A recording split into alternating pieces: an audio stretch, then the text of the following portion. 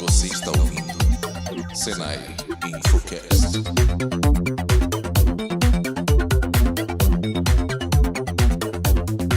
E aí pessoal, tudo bem? Estou aqui de volta para mais um Infocast. Sobrevivi ao golpe, né? Ele que voltou. o Murilo tentou dar em mim, o impeachment não deu certo. Pode ainda dar. Se vocês decidirem que Murilo volta. É uma decisão de vocês. Pois é, mas eu sei que tava todo mundo com saudade, eu estava com saudade.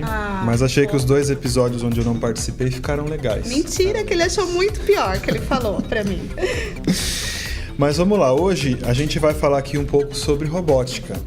Desde sempre, o homem tenta facilitar algumas partes do seu trabalho de força. A ficção, cinema, TV e literatura já imaginou diversas formas de robôs, dos androides com aparência humana aos superinteligentes. Pois é, e pra falar desse assunto, desses robozinhos que vão fazer tudo pra nós ou que vão nos substituir, sabe lá?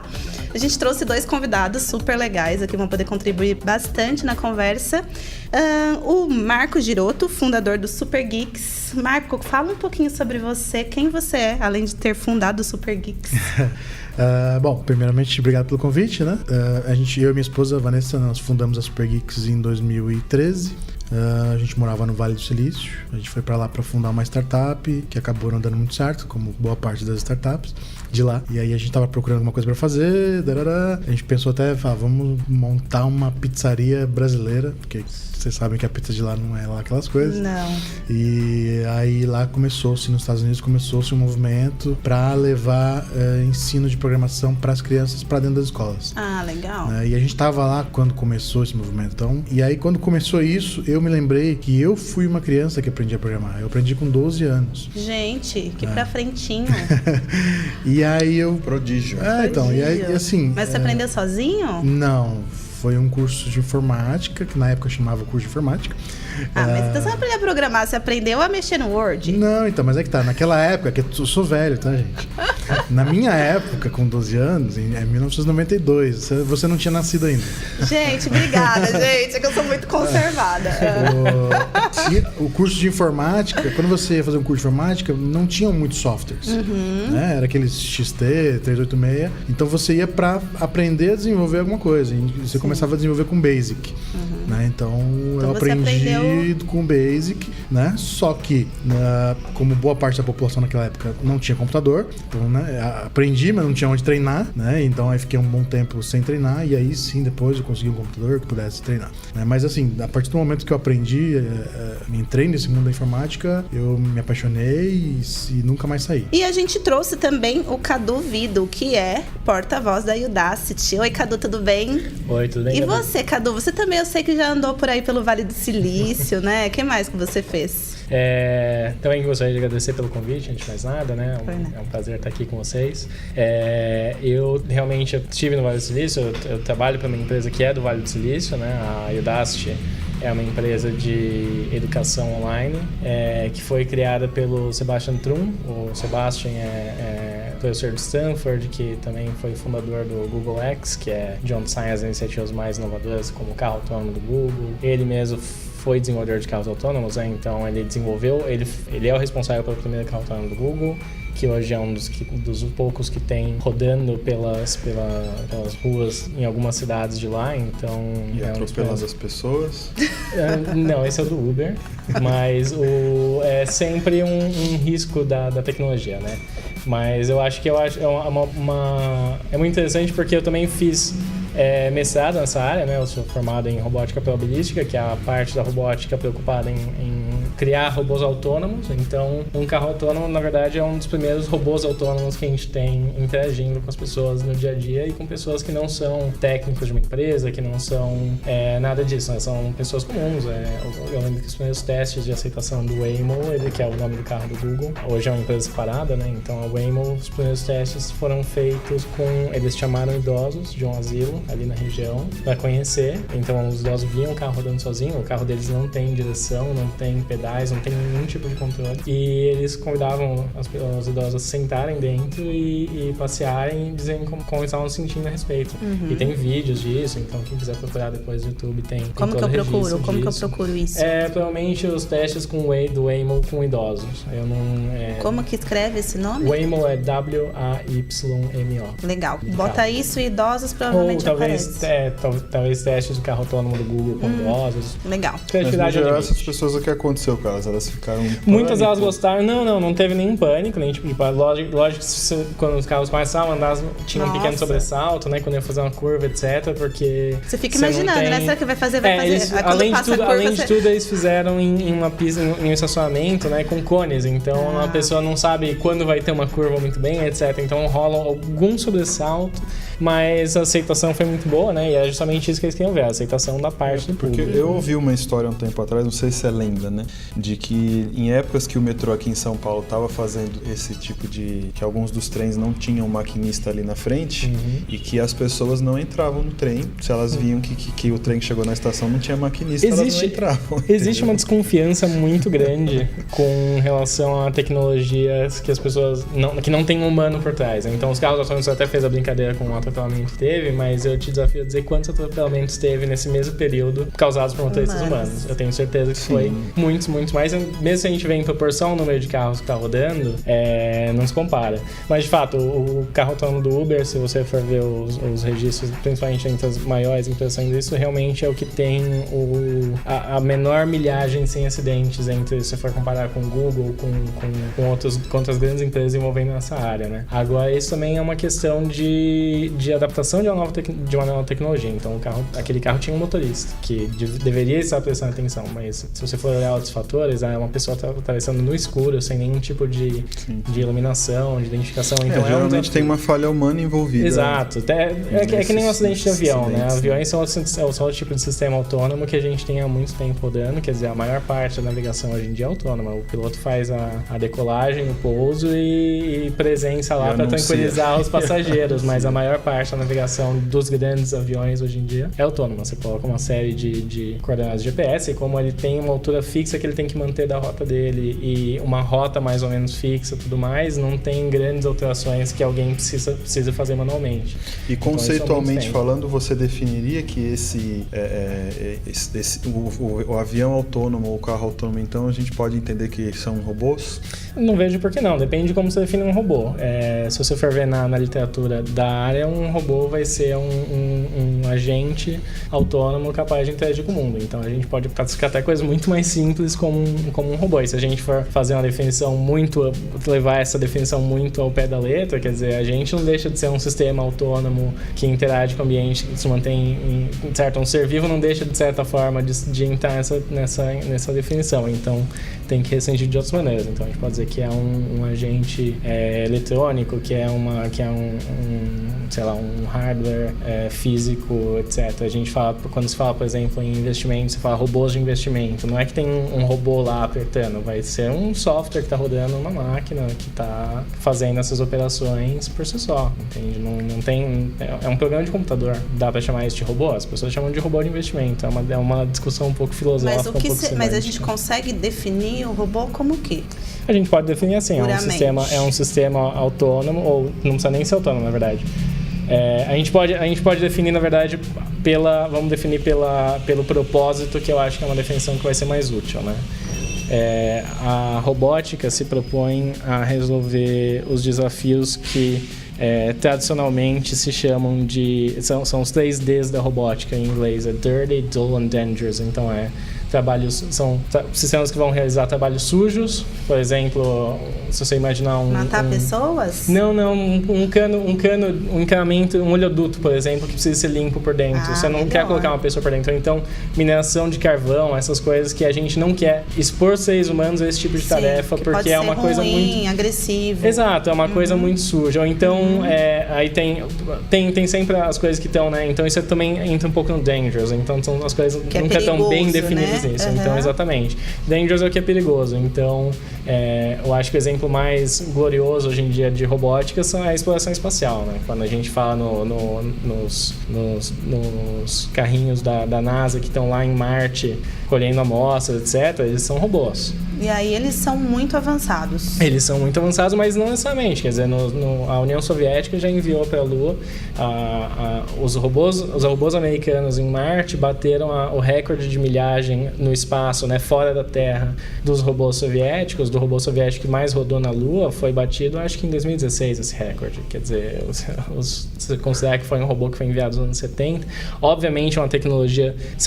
A tecnologia sempre tem que ser vista de acordo com a época em que ela foi criada. Então, obviamente, sim, eram robôs muito sofisticados naquela época, mas nada que se compare aos robôs que se desenvolvem hoje, e os de hoje não se comparam aos de amanhã. Sim. Os robôs soviéticos na Lua, se a gente for comparar, por exemplo, com os modelos mais modernos de Roomba, que é um robô doméstico que entra no terceiro D, que é o dull, que são tarefas chatas. É um robô que aspira a casa para você. Eles hoje rodam um software muito, muito sofisticado. Os primeiros modelos, eles iam até a parede, batiam e mudavam de direção. Hoje ele consegue fazer, você coloca um sistema de coordenadas para ele com uns marcadores que você coloca na sala, e ele conhece que aqueles são os limites, ele sabe onde está a base dele, ele sabe monitorar o nível de bateria, ele volta sozinho para a base, ele tem um grau de autonomia que é inimaginável para um sistema mais antigo. Legal, acho que você citou aí alguns exemplos de robôs que você fica impressionado, que você acha interessante. E você,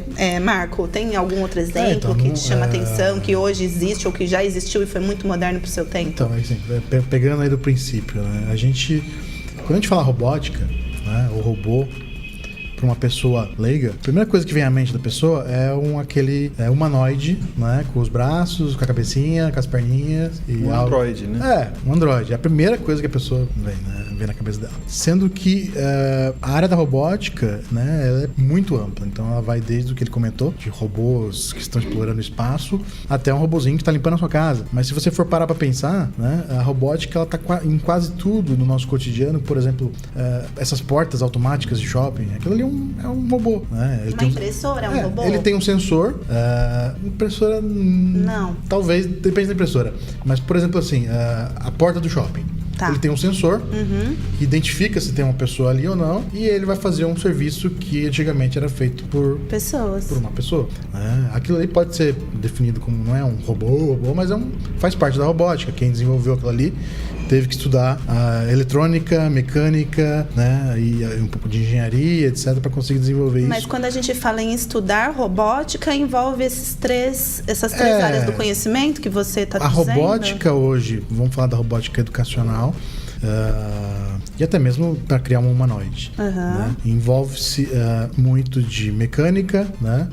Muito de eletrônica, né? E de programação. Né? Então não adianta também você ter só um amontoado de circuitos ali piscando e fazendo alguma coisa se você não tiver como programar aquilo. Né? Assim como você também pode criar um bot, como ele disse, né? Que é um robô software, que o pessoal chama de bot, mas aí é um robô que não tem a parte mecânica. Que não tem a parte mecânica, mas nada impede de você depois criar uma parte mecânica e tentar adaptar.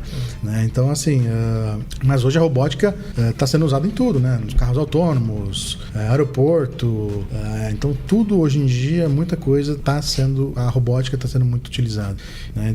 Eu costumo dizer que a gente está na pré-era da robótica, né? É uma era que a gente está começando a explorar com muito afinco a robótica, e agora com a entrada da inteligência artificial, que já existe há um bom tempo, mas agora que ela está começando a amadurecer, mas ainda está engatinhando, aí sim a parte da robótica vai começar a ficar muito mais interessante, né? E a gente vai ter muito mais aplicações para a robótica, né? Machine learning, né? Você começou do carro olha como é engraçado, né? Os carros autônomos que sofreram acidente não foram só da Uber, né? Foi da Tesla também. Aí aqui no Brasil, como a gente só tem a referência do Uber, a gente bota toda a culpa no Uber.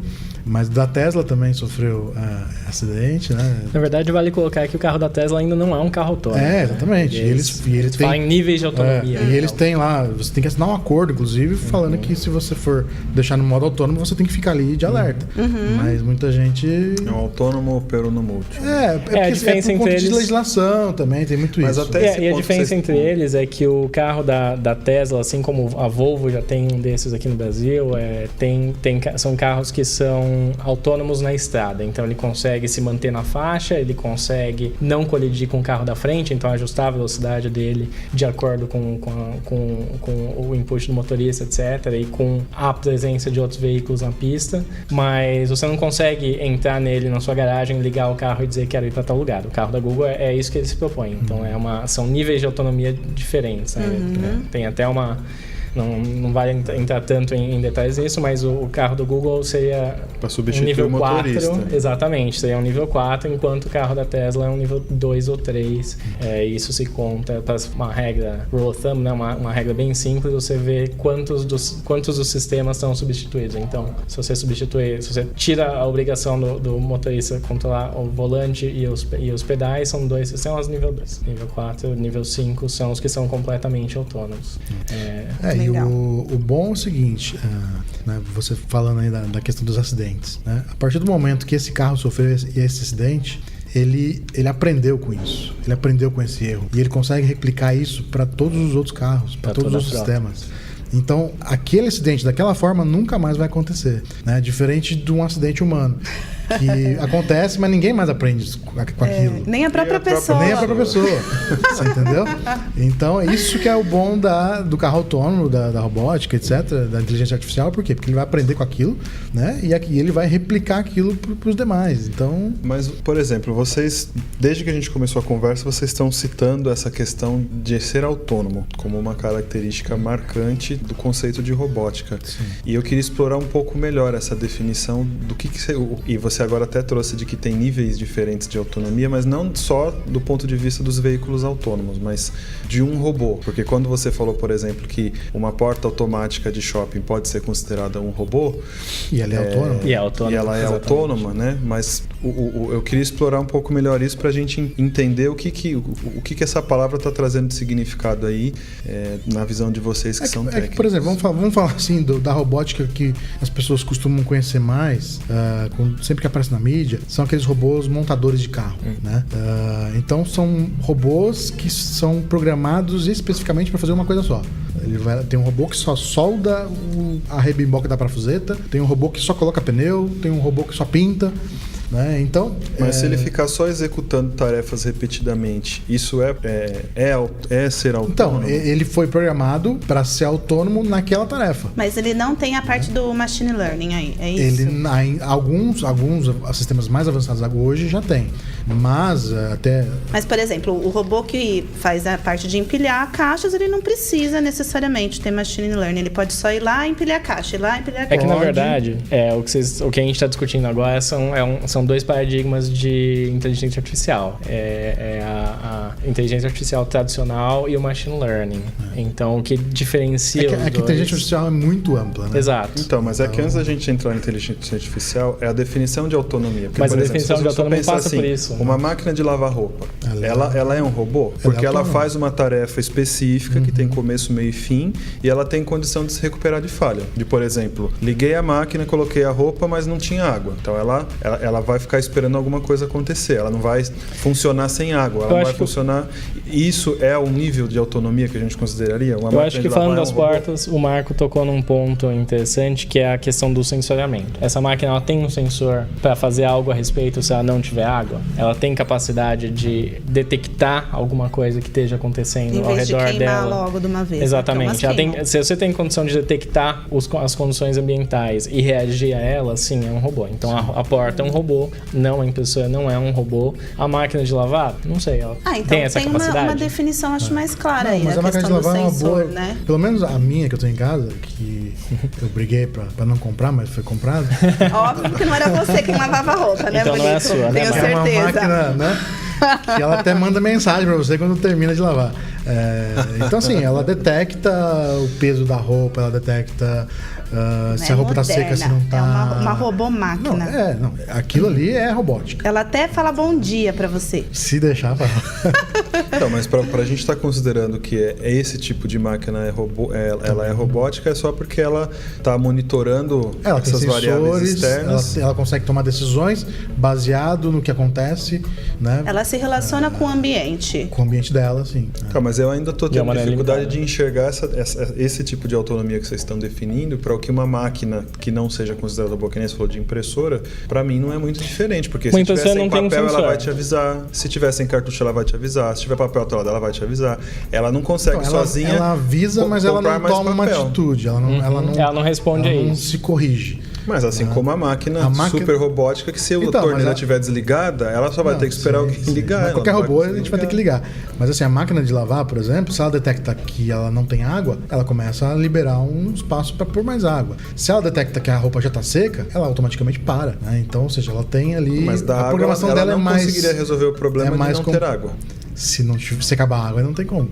Então, por isso estou falando. Exatamente. Ainda está parecendo para mim um pouco confuso de diferenciar essa autonomia da máquina de lavar com a autonomia de uma impressora. Mas é que nem... Então vamos voltar para o caso do robô da linha de montagem. Ele é um robô. Você concorda comigo que ele é um robô. Ele pode ser um robô completamente autônomo, ou seja, ele pode ter a capacidade de recuperação de falha, de detectar quando ele precisa ser ativado, quando ele precisa fazer tal coisa, quando ele fazer tal coisa. Então a gente está falando agora de machine learning, e justamente não dá para falar de autonomia sem falar de inteligência artificial, por isso que eu comecei nesse caminho. Então, se a gente tem um robô que consegue coletar dados sobre o ambiente dele, que consegue a partir desses dados criar um modelo e a partir desse modelo tomar uma atitude para corrigir ou para fazer alguma coisa, a gente está falando de um robô autônomo, completamente autônomo, como o carro do Google. Ou a gente pode estar falando, claro que se não tiver algum grau de autonomia, a gente nunca está falando de um robô, né?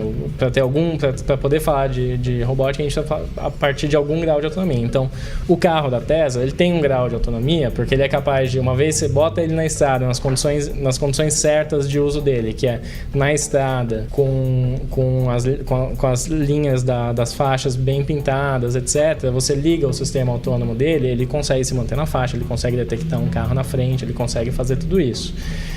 A diferença entre isso e um robô de máquina que só vai, como disse o Marco, parafusar um componente, instalar um pneu e passar para o próximo, é justamente que esses robôs eles estão executando machine learning. Eles estão executando uma forma de inteligência artificial que não é simplesmente seguir uma lista de instruções pré-definidas. A gente está falando agora de a gente desenvolver uma tarefa complexa, sem intervenção humana, que é uma tarefa que ele precisa coletar dados do ambiente dele para poder fazer. Então, isso é machine learning. Certo?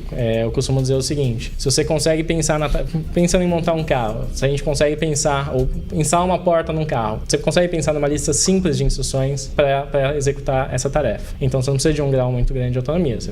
Ele pode ter algum grau de autonomia, por exemplo, para ver se o parafuso está alinhado, para ver se o parafuso de fato está entrando, mas ele não precisa de muito mais que isso. Você vai colocar a porta no lugar, você vai instalar os parafusos necessários, você vai tirar o robô da frente e deixar o carro prosseguir. Quando a gente fala de dirigir, me dá uma lista de passos envolvidas em dirigir um carro. Tem muitas variáveis envolvidas. Tem muitas variáveis, e mesmo para falar assim, você vai girar a chave, você vai apertar a embreagem, você vai engatar a primeira marcha, pronto, a primeira marcha está engatada, você não apertou a embreagem, você ligou o carro, ele bateu, entendeu? Tem muitas coisas. É uma tarefa muito abstrata e muito complexa. Então a gente agora precisa de machine learning para desenvolver essa tarefa, e esse robô vai ter um grau necessariamente muito maior de autonomia.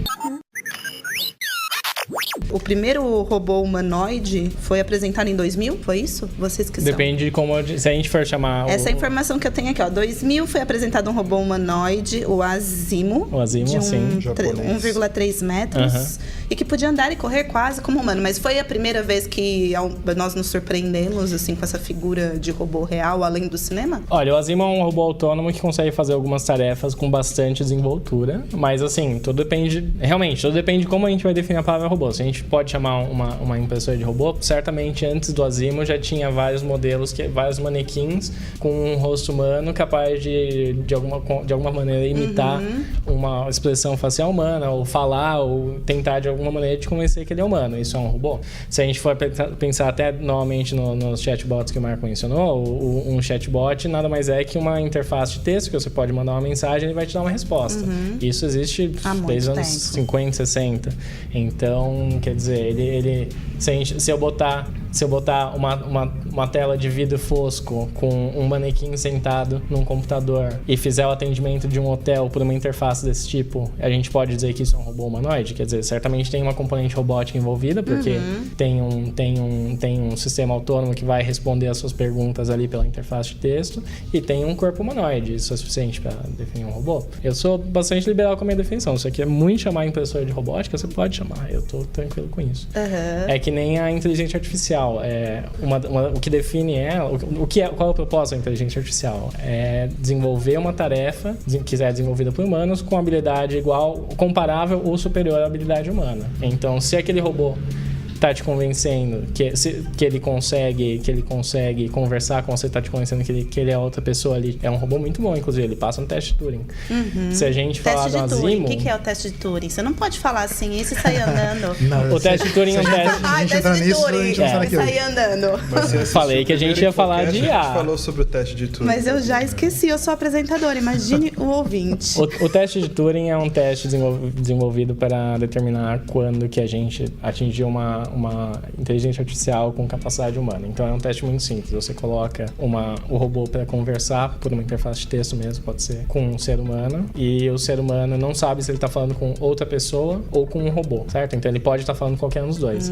Se ele não conseguir identificar que ele está falando com o robô, o robô passou no teste de Turing. É um teste muito simples de capacidade intelectual. Os Turing estão muito felizes quando sou eu atestada. Perfeito. Aí a gente pode expandir isso para outras áreas. Então, o Asimo, por exemplo, ele conseguia subir escadas. Ele conseguia subir escadas tão bem quanto um humano? Quer dizer, o que é subir escada? Meu filho tenta subir escada. O que é subir escada tão bem quanto um humano, né? O que é conversar com uma pessoa tão bem quanto um humano? Quer dizer, então, aí você fala isso, é bem interessante, né? Porque aí a gente também pesquisou aqui que existem leis da robótica, né? Que foram criadas, citadas por Isaac Asimov. É isso? Em 1950? Isso aí foi ficção científica. Não é verdade isso? Não, é verdade dentro da ficção científica do livro que ele escreveu. Mas que hoje é usada, assim... É usado.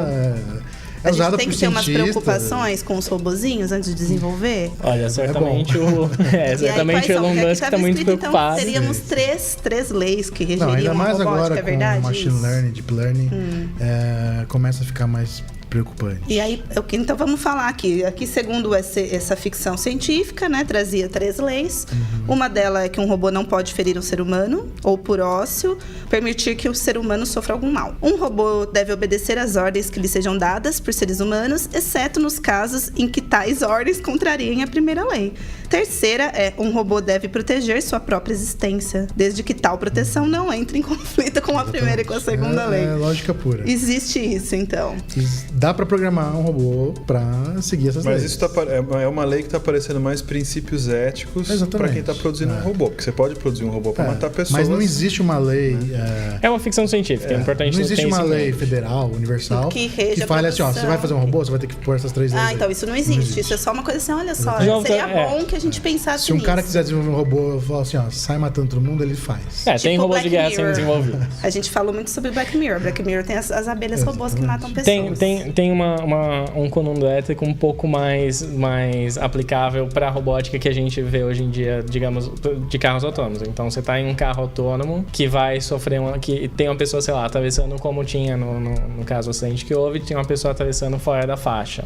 O carro tem que decidir se ele vai, sei lá, fazer uma manobra brusca, que corre risco de perder o controle e ferir as pessoas dentro do carro, ou ele pode atingir a pessoa, correr o risco de ferir a pessoa que tá fora do carro. Quer dizer, ético, isso é um problema ético, não é um problema de robótica realmente. É um problema ético, inclusive, que é importante. Eu acho que o mais importante de trazer conhecimento sobre robótica para a população em geral é justamente porque esse tipo de decisão, quando isso estiver de fato sendo programado em veículos que vão ser a maior parte dos veículos que vão estar nas ruas, a população população tem que participar dessa decisão, porque se você deixar na mão de uma montadora, por exemplo, a escolha da montadora, vai ser obviamente, pelos passageiros, vai ser sempre pelos passageiros, porque você, como consumidora, jamais quereria comprar um carro que vai te matar antes de matar outra pessoa. Quer dizer, então, é importante a participação, sim, a conscientização das pessoas para esse isso já tipo de acontece comum. hoje com o ser humano. O Sim. ser humano tem um instinto de sobrevivência. De se proteger. Exatamente. Então, se ele vê que tem um perigo e ele sabe que... É ou ele ou 10 pessoas, ele, provavelmente ele escolhe exatamente. ele no instinto. Exatamente. Mas, Cadu, seguinte, você falou aí, né, que logo em breve nós teremos, ou talvez não tão breve, os carros autônomos todos, né? Estaremos nos Muito Jetsons. breve. É breve, gente. É breve quanto? O que eu costumo vocês dizer, acham? a minha filha tem 2 anos. Onde? Não, a minha filha tem 2 anos e eu costumo dizer, a minha filha não vai precisar tirar CNH. Sério, nem é meu filho, então toca aqui, ó. Odeio fazer aquele negócio de CNH. Não vai precisar, porque assim, já tá sendo testado, digamos que está em versão alfa, né? Mas assim, os testes já estão bem avançados, já tem caminhão já com esse tipo de sistema. Mas e toda a questão política de petróleo? Se vocês acham que tudo isso vai ser superado? Mas os carros elétricos já existem, né? Só que não é acessível para as pessoas, né? Por alguma razão, né? No Brasil, pelo menos. No Brasil, exato. É justamente por isso que eu te perguntei. Onde? Quer dizer, então? No Brasil, será? Nos Estados Unidos, certamente vai ser uma realidade aqui. A questão, 20 anos. Aqui vai demorar um pouco mais. Digamos que assim, o que acontece lá vai demorar uns 10 anos para acontecer aqui. A gente pode se pautar por montadora. Você falou da Tesla. A Tesla tem o objetivo de colocar no mercado um carro autônomo, completamente autônomo, que nem o Waymo, em 2019. Botar no mercado para o consumidor final poder comprar. A proposta da Waymo é diferente. A proposta da Waymo é ter uma frota de veículos que você vai chamar igual você chamaria um Uber, exatamente. Então você chama um Waymo, exatamente, é o carro como serviço, que eu acho que é uma proposta melhor para o futuro. Quer dizer, imagina o trânsito, a gente estava conversando mais cedo sobre o trânsito ali da Vila Olímpia em São Paulo. Imagina o trânsito da Vila Olímpia em São Paulo, como seria se além de todo mundo indo pro trabalho, depois todo mundo chega no trabalho, todo mundo manda o carro de volta para casa para levar os filhos na escola. Vai ser o futuro. Depois ninguém manda mais o carro, vai ter entendeu? Carro. Então, assim, poderia. Então, as pessoas podem ter carros, até usar os carros dessa maneira, dizer, vai buscar meu filho na escola, carro, e o carro vai. Sim. Quer dizer, é possível, mas agora a gente, além de todos os carros que trafegam em São Paulo com uma pessoa só, aí a gente vai ter todos os carros trafegando, exatamente, sem nenhuma pessoa. Por quê? Porque é mais barato ficar dando volta no quarteirão do que você pagar um estacionamento. Sim, se já estamos Entendeu? no caos, né? Exatamente. Imagina, não dá. Podemos falecer antes disso, exatamente. né? Mas hoje muita gente já tá abrindo mão de carro por conta do Uber, né? Sim, já é uma tendência, né? Principalmente em metrópoles, então, quando o carro virar né? autônomo, né, e tiver muitos carros aí como serviço, levando e trazendo as pessoas de maneira muito mais fácil. E talvez baratear o mais ponto barato, de que mais barato. você vai continuar usando um carro autônomo para levar seus filhos na escola, mas não é um carro de sua propriedade. Vai ser o você vai gastar né? o dinheiro num carro que, né? Mas mesmo hoje, se você botar na ponta do lápis, para a maior parte das pessoas tem um cálculo que dá para fazer. Eu lembro que eu fiz há uns anos esse cálculo. Para valer a pena você ter um carro em São Paulo, você tem que rodar mais de 40 km por dia. Alguém aqui roda mais de 40 km por dia? Eu já fiz essa conta. Então, exatamente. Mas tem muita gente que roda, menos que isso e segue com... Viu só? Se você anda em Nova York, por exemplo, muita gente lá não tem metrô e táxi. Mas é que lá também é mais possível você acessar o periférico, né? Aqui em São Paulo a gente tem esse problema ainda. E é justamente... Mas o que demonstra que, tendo a opção, as pessoas a pessoa usam, vai optar, não vai ficar dirigindo. E é justamente onde eu queria que você chegasse. Quer dizer, quando vai ter carros autônomos, não é uma pergunta de robótica. A gente tem carros autônomos hoje. A pergunta robótica já está respondida. Hoje a gente consegue fazer carros autônomos que rodam numa cidade real. Lá nos Estados Unidos, numa cidade que tem poucos habitantes, etc. Mas é uma cidade real. A questão de quando esses carros autônomos podem rodar em São Paulo, ou quando só carros autônomos podem rodar em São Paulo, ou quando carros autônomos podem conviver com carros normais em São Paulo, é uma pergunta de infraestrutura urbana. Como a gente vai fazer isso? Quer dizer, uma das vantagens de carros autônomos, por exemplo, é que você não precisa ter um farol. Você pode ter... para São Paulo já não temos, com carros, né? Com uma frota 100% de carros autônomos, você pode ter os carros simplesmente, eles se comunicam entre si, eles se alinham e vão no de acordo cruzamento. com a possibilidade. Exatamente. Agora, Agora, imagina assim, imagina um cruzamento tipo Faria Lima e Juscelino Kubitschek desse jeito, as pessoas têm um infarto, então a gente precisa adaptar isso primeiro à infraestrutura urbana, segundo ao conforto do passageiro. Então, de repente, a gente vai ter poucos faróis. Ainda assim é uma vantagem, porque o motorista humano, entre você ver que abriu o farol e ter capacidade, né, cognitiva de tomar alguma atitude, são 6 décimos de segundo. São 6 décimos de segundo. Aí você pensa no motorista paulistano padrão, que ainda vai estar mexendo no celular, que vai estar ouvindo rádio, que vai estar, de repente, olhando para um outdoor, etc. Então, quer dizer, é mais para cada carro, né? Imagina que isso é para cada carro na fila. Sim. Os carros autônomos não. Uma vez que abre o farol, todos podem sair como um comboio, manter a distância que eles estão mantendo e vão embora. Gente, parece muito maravilhoso essa história de vocês, mas além do carro, que a gente já falou bastante aqui, o que mais que minha vida pode se tornar mais maravilhosa com o que já existe hoje de tecnologia em robótica? Eu não falei dos robôs que varrem, que aliás aspiram o chão, tem que lavar o chão da cozinha também. Então, mas eu preciso de um robô para cada coisa? Que limpa a piscina, ou dá para ser um robô que faz tudo isso? Porque aí já é muito habitante em casa, É possível.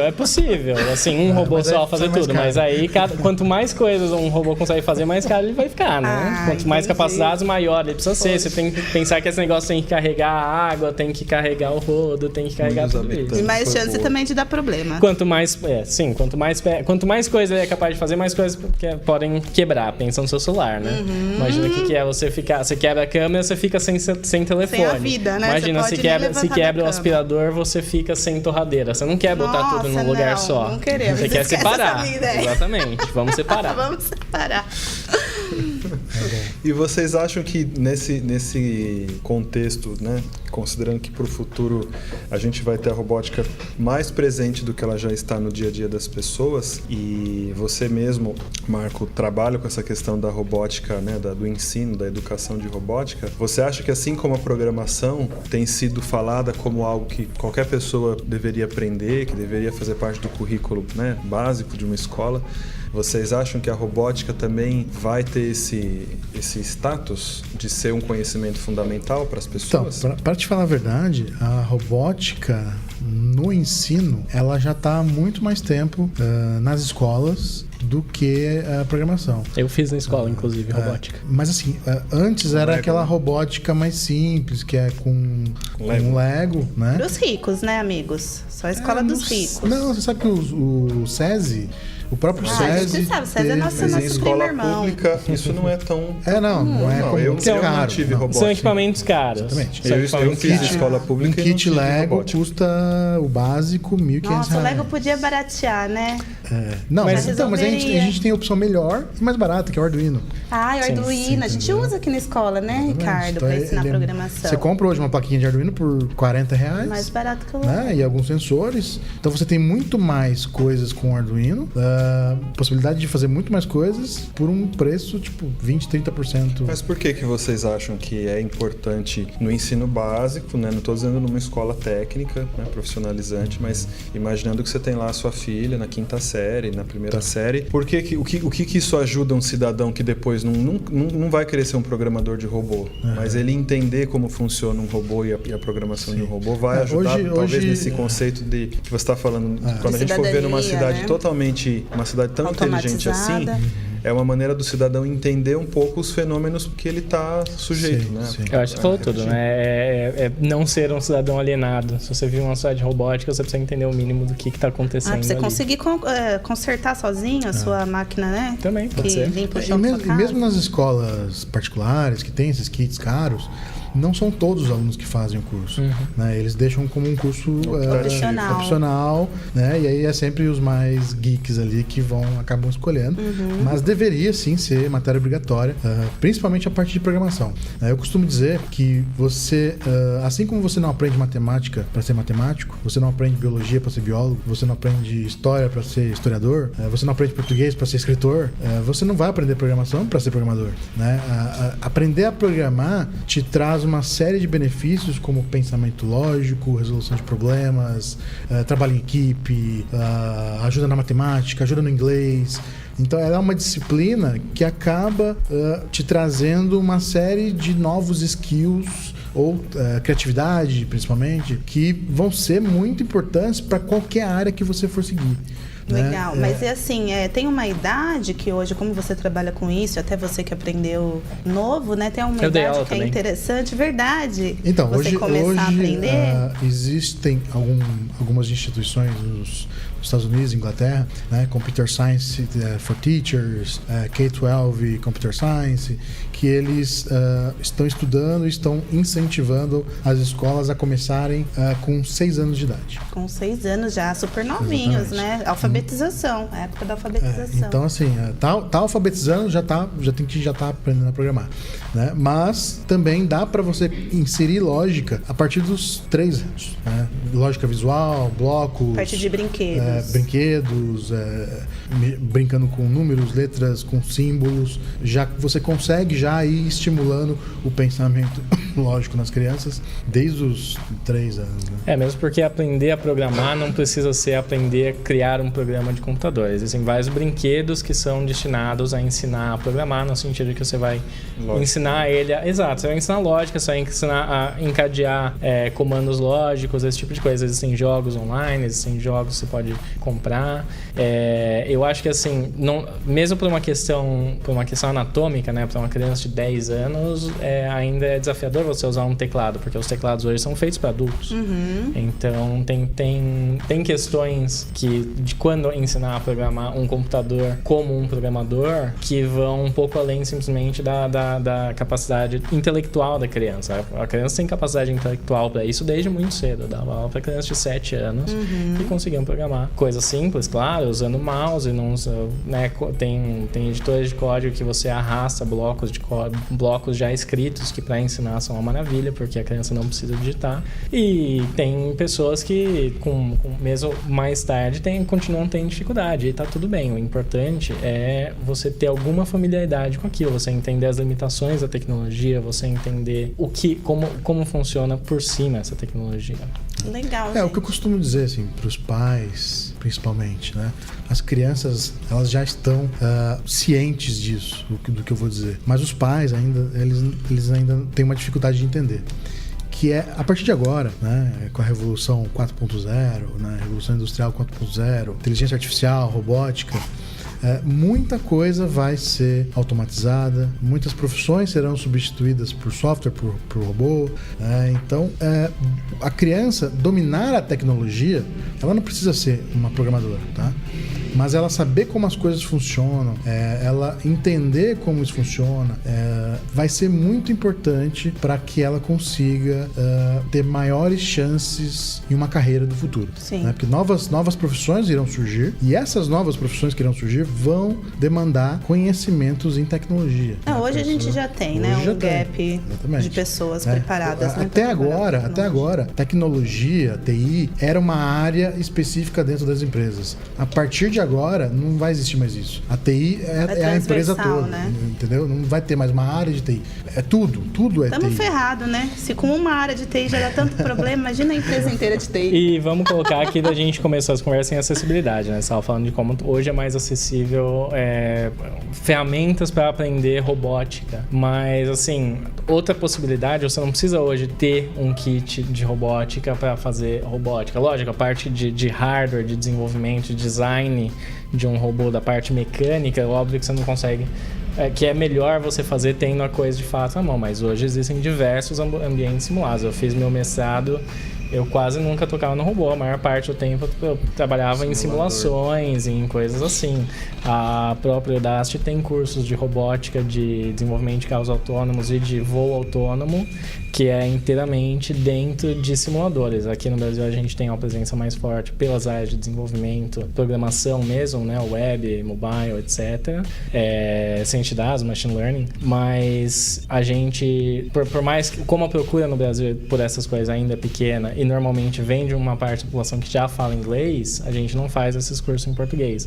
Mas nós temos muitos alunos hoje que fazem os cursos de carros autônomos, de robótica, de voo autônomo, que não tem nenhuma intenção de abandonar os empregos deles para se tornar desenvolvedores de carros autônomos. Eu tive alunos que são consultores, simplesmente porque eles se interessam por isso, porque eles gostam de aprender coisas novas, porque eles querem se manter inteirados de tecnologia.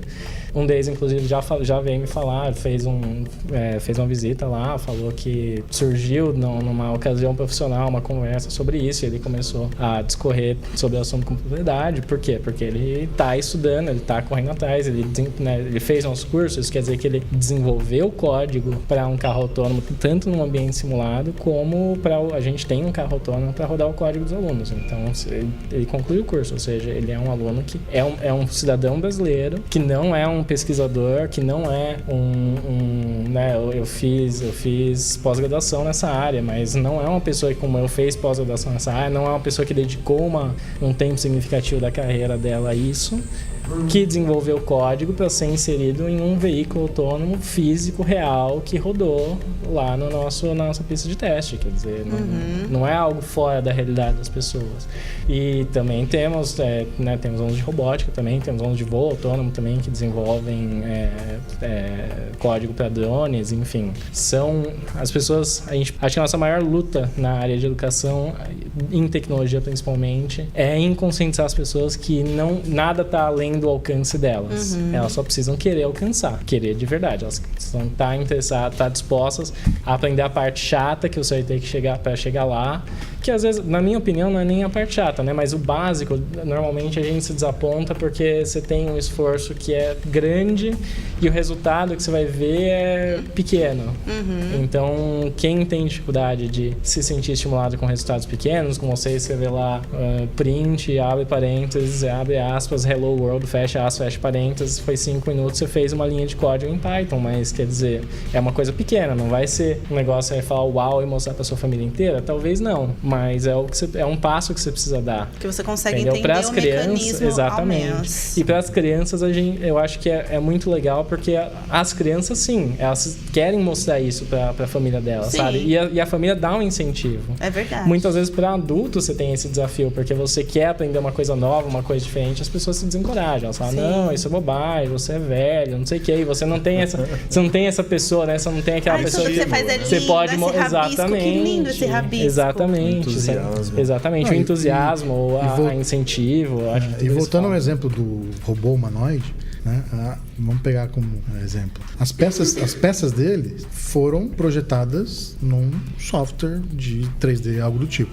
Então, muito provavelmente, antes do cara ter construído aquele robô, ele jogou aquilo num software de simulação 3D, num software até de desenvolvimento de games, né?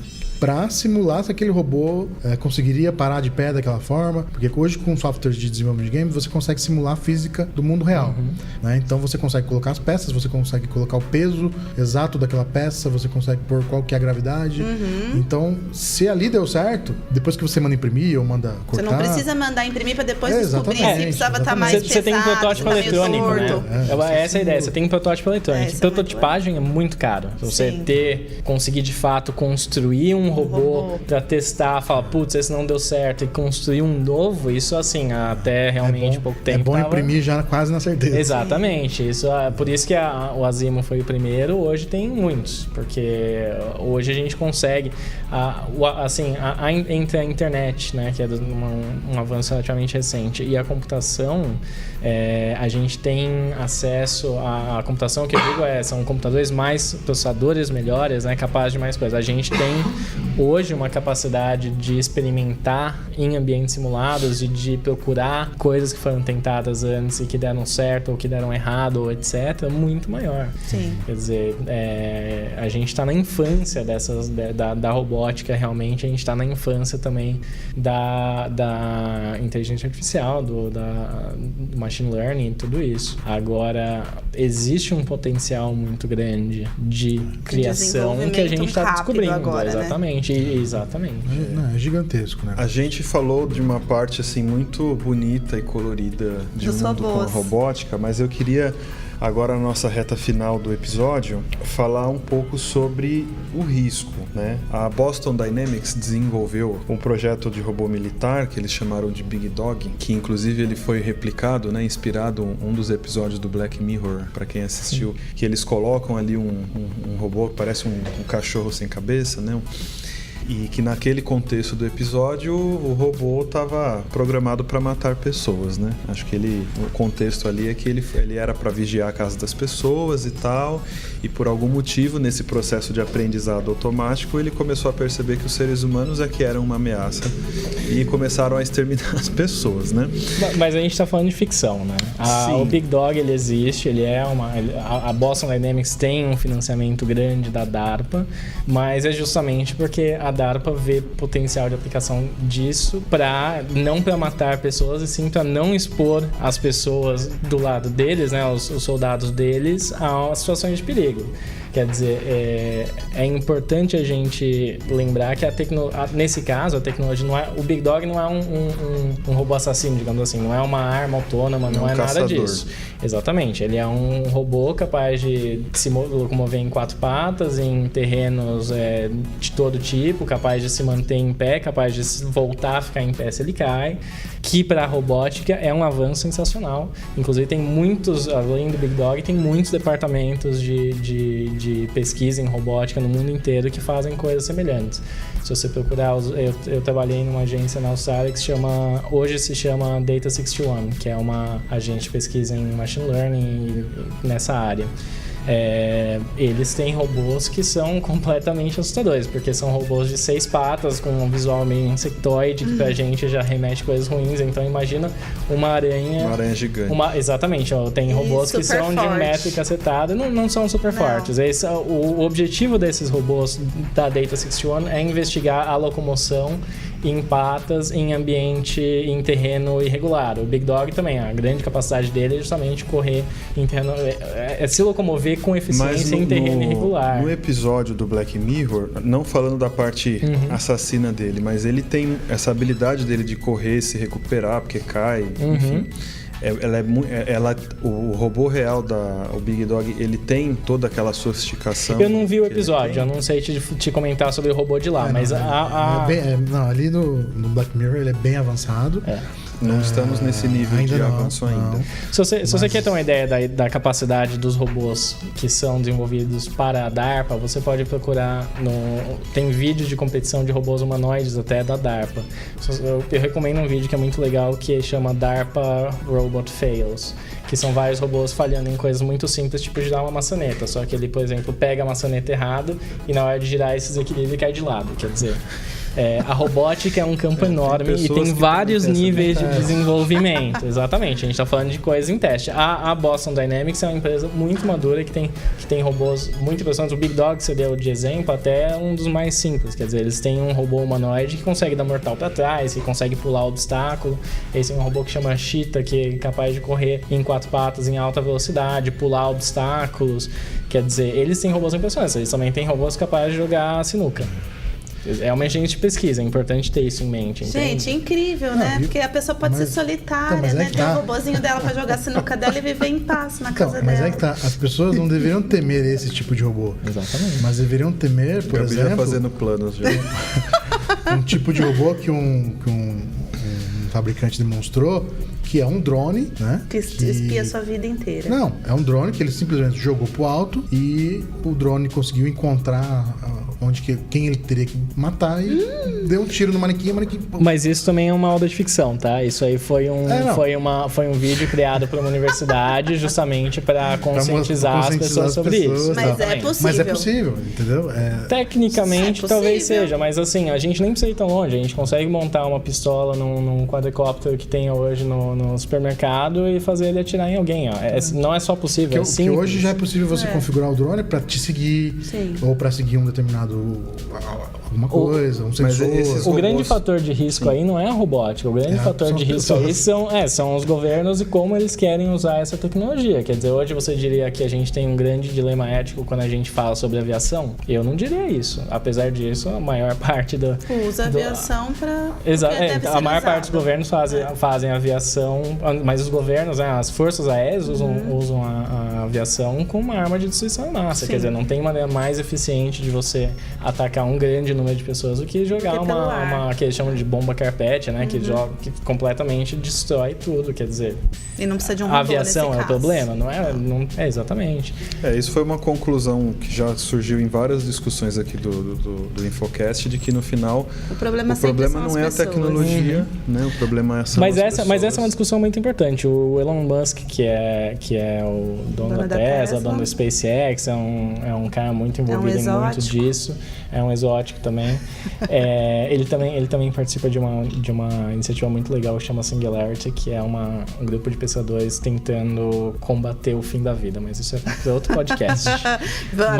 Anota aí, Clarissa, da pauta. O Elon Musk, ele participa de um abaixo-assinado, de um grupo, de uma organização de lobby contra o uso de inteligência artificial avançada em pesquisa militar, contra o uso desse tipo de robô em teatros de guerra reais, enfim, existe também da própria indústria toda uma preocupação ética, não só com isso também, quer dizer, recentemente eu fui positivamente surpreendido porque os pesquisadores de Machine Learning estão se organizando também para combater as publicações as publicações fechadas, né? Então, não, também, mas não, as publicações fechadas, então eles querem disseminar o conhecimento através de jornais abertos. E eles estão se organizando contra um novo jornal da Nature de Machine Learning. Machine Learning hoje tem milhares de papers por mês, então é uma área muito quente, muito, muito ativa e está havendo um esforço da comunidade para manter essa pesquisa aberta e acessível para todo mundo. Hoje, o desenvolvedor de machine learning, o desenvolvedor de robôs, o desenvolvedor de tecnologias desse tipo, eu assisti uma palestra do John Hennessy, que é um mito da computação, e ele estava falando justamente sobre que nos 50 anos, desde que ele montou o primeiro computador da vida dele, essa revolução, na opinião dele, é a mais importante. A revolução 4.0, a revolução do machine learning, é a revolução mais importante que ele tem visto.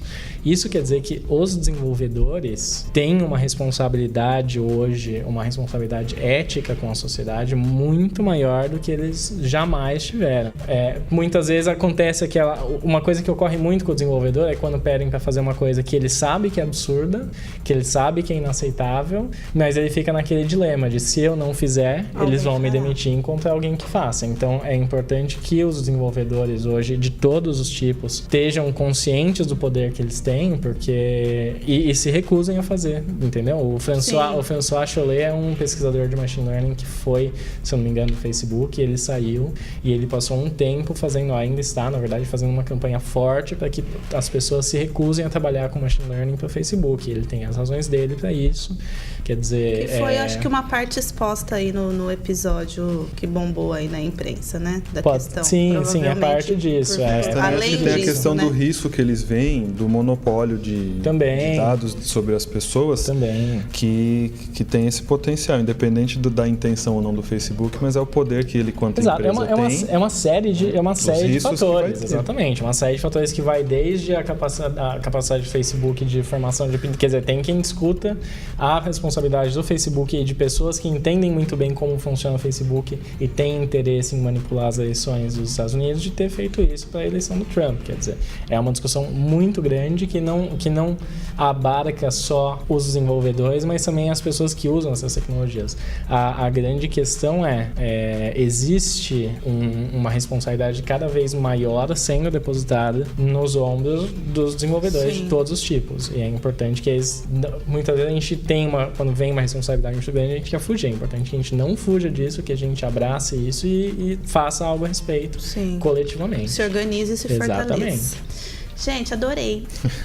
Estou sabendo muito mais sobre esse assunto agora. Legal, foi um bate-papo muito bom. Foi super bom mesmo. Vocês manjam muito, muito legal. Quem sabe, quando meu filho tiver 6 anos, se eu tiver dinheiro, eu coloco ele Com lá pra 5 aprender anos, ele já pode Super começar com a Geeks. gente, Daqui Super 4 Geeks. anos. Você já tem 50 franquias? Já temos 50 unidades. Ih, até lá Tá tem. Ele Vai tá ter uma com do lado 2 da minha anos? casa, tá com 1,5. Ah, 1,5? Então... É, E falta você, pouco. que já é adulta, se quiser saber Posso mais, acessar exatamente. Udacity.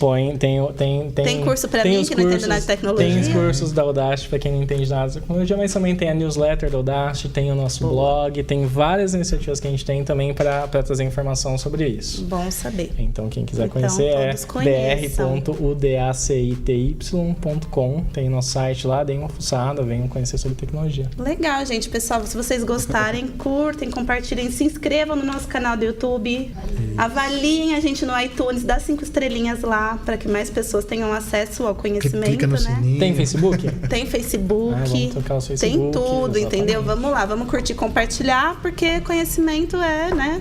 É o mais Exatamente. importante, acho, hoje em dia, né? Com certeza. Conhecimento de graça, então não é todo dia que a gente encontra. Então tá bom, pessoal. Obrigada. Aqui na Escola de Informática também temos cursos. Queremos ter mais cursos, né? Mais coisas. E acessem nossas redes e as redes dos nossos parceiros aqui. Super Geek. Super E Geeks. Super Geeks, com plural. G, 2 Es, KS Isso. E o Udacity. e Udacity. Tá bom? Obrigada por terem vindo, Obrigado, gente. pessoal. Até Eu a que agradeço próxima. também Até o a convite. próxima. Se quiserem conversar sobre aí da próxima vez, inteligência artificial, só chamar. Vamos convidar, pode ter certeza. Sim. Beleza? Bom, obrigado. Tchau, tchau. Beleza.